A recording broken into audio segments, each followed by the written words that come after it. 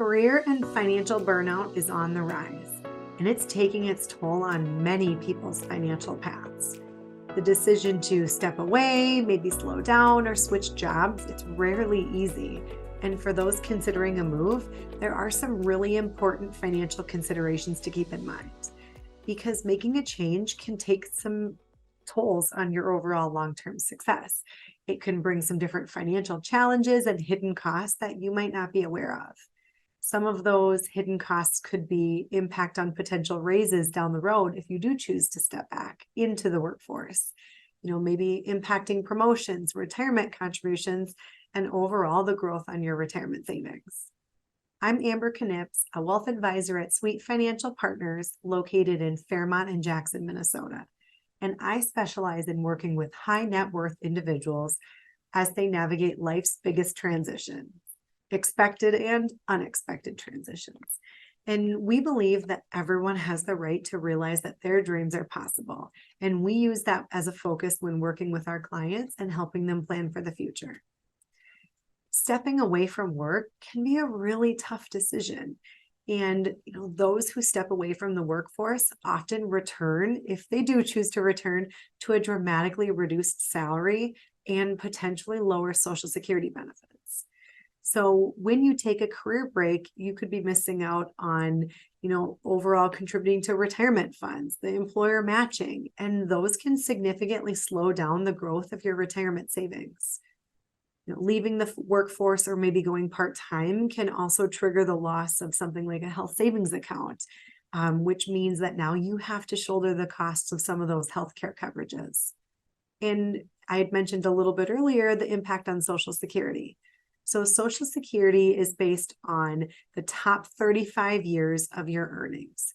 So if you step away before you're established in the workforce, that can really impact your overall number as well.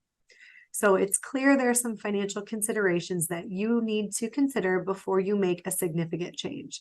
But it doesn't always mean that staying is the right benefit for you either. So going through some of that careful planning is really important if you do find yourself in that burnout phase, which is why we have our clients go through our dream architect process. Because overall, it's not about having the most amount of money that you can. It's about having enough for you to do what's most important to you and defining what those goals are. There may be scenarios where you could step away or make a change and it would not drastically hurt your long-term success. So what I want to focus on today is 4 key considerations if you're finding yourself in financial burnout, and then where to go from here. So first, I want to discuss the non-financial impact and some of those considerations. Is really communication is key with your employer. Communicating with your employer, other employees, what your boundaries are, and trying to find that work-life balance and having that be a great first step. Because even some small changes could end up making a big difference. And just trying to build those habits to practice mindfulness and embrace some things that are important to you outside of that, pursuing those passions. Because oftentimes burnout, it's a signal of a misalignment of goals, right? It means that you're doing some of the things that maybe don't melt your butter, and you need to instead shift to doing some of those hobbies and things that energize you.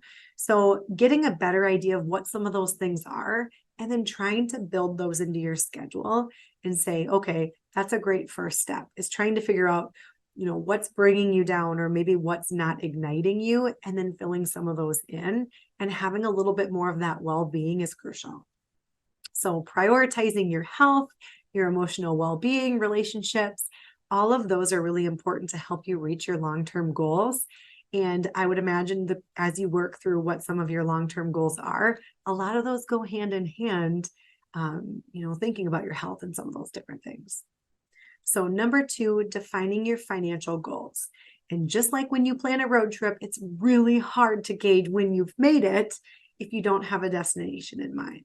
So you could find yourself driving around aimlessly, continuously wasting resources, and then ending up driving home disappointed. So your goals, figuring out what's most important to you, that's a place where you don't want to end up wasting resources, because then you'll end up with regrets. So setting SMART goals is a really great framework for determining, are you doing the right things and what do you need to be adding more of in your life? I'm sure many of you have heard the SMART acronym, which is specific, measurable, achievable, relevant, and time-bound. So using that framework to set some of those goals to figure out what's most important to you is really important.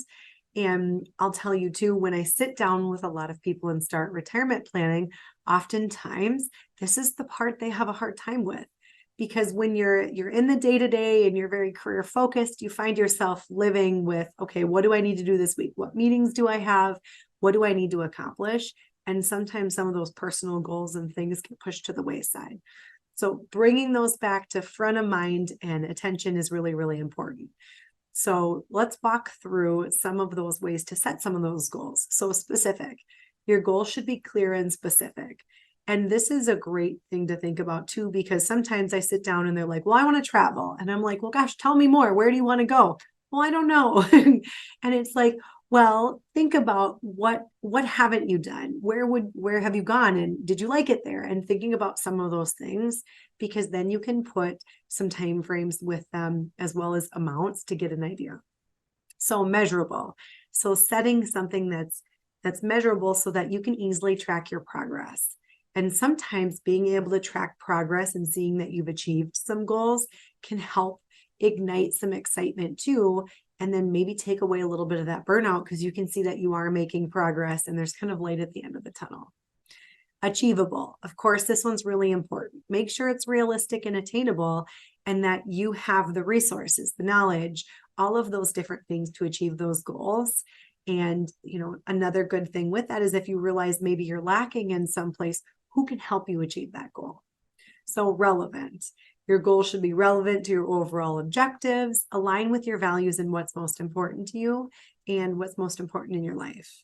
And time bound. So this one's really, really important, is figuring out what's that time frame that you want to achieve that goal, because that can help create urgency to meet that target as well. So having some of those figured out and set out, that can really help you create that roadmap for success. And, having that framework, I would recommend setting up financial goals for the next 1 year, 3 year, 5 years, and then some longer down the road.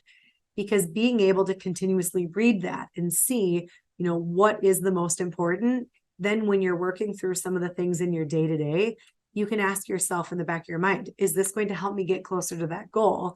And if it's no, then maybe you need to reevaluate if you're doing the right thing or if you're focusing on the right things. And, ultimately, what's the consequence of not reaching those goals? That's another important piece to focus on, because sometimes we're kind of just like, well, I really want to do this. But if you're thinking about, well, what am I missing out on if I'm not? So maybe you want to take your family to Disney. What are you missing out on if you don't get to do that? Maybe that's a once in a lifetime trip that is very time specific. So focusing on the financial goals that inspire, excite, and motivate you, and then figuring out how you're going to get there. And sometimes that's a hard part. So working with someone, like an advisor to help coach you along can be really, really important to make sure that, now that you know what you want to accomplish, how do you connect the financial dots to make sure that you can get there? Because I know sometimes that's really difficult. So can keep that connection moving. So number 3 that I want to go through is making sure to live a little bit now too, and not saving all the fun stuff for later. Just like dieting, it's all about balance and moderation over deprivation. If you're restricting too much and you're not able to do some of those different things now, that's where you really find yourself in the burnout. So acknowledging that your hard work, then you can do some of those fun things, and then that can kind of keep you moving too. There's a statement I heard once and it really stuck with me. It said basically, who told you that you're going to have tomorrow? And you think about saving all of those things for later because you're too afraid to spend. And we see that all the time, is that, well, I'll do that once I'm financially comfortable or once I'm financially set.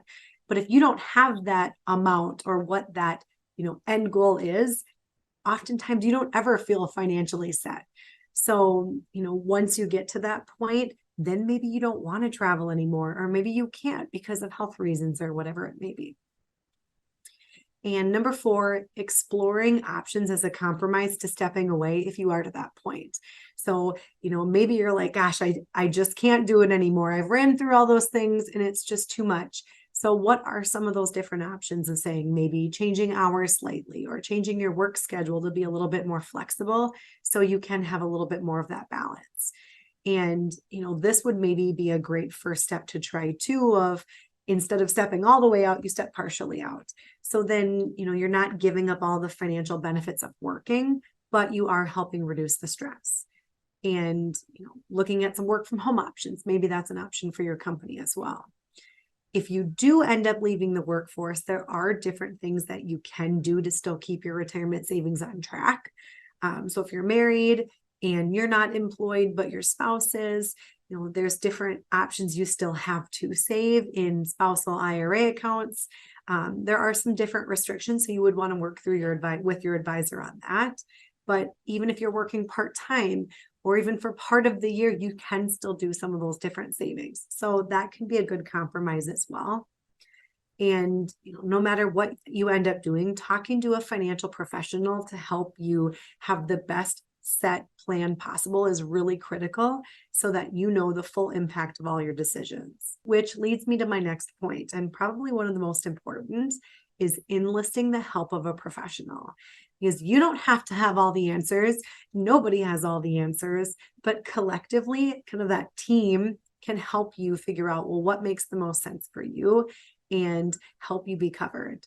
And one of the valuable parts of our Dream Architect process is exploring all of the what ifs. So that's kind of the neat part, is that our brains are driven to think, okay, what could happen? What will possibly happen? What if this happened? And think through all of the things to try and find any holes in your plan so that you can be covered down the road. And like I mentioned before, it's not about having the most amount of money. It's having the amount of money to do what's most important for you. And that's different for everybody. There's no magic formula, magic number that you need for a successful retirement. It varies for everyone. So if you have no plan put in place, you may be left feeling like, you have to keep working in the situation that you're in because you're not old enough to retire, or maybe you don't have enough money to step away. But those are just things that we tell ourselves because we don't know. So going through and getting that clarity could be really interesting because those are just assumptions. And oftentimes I find that working through the numbers and working through the planning, people are often surprised at what they are able to do and some of the shifts that they are able to make to find that happy medium. So do yourself a favor and watch one of our other videos. That's a great segue of 5 secrets to a happy retirement to continue the conversation on thinking about what's next and really how to plan for possibly stepping away, and is that the next step?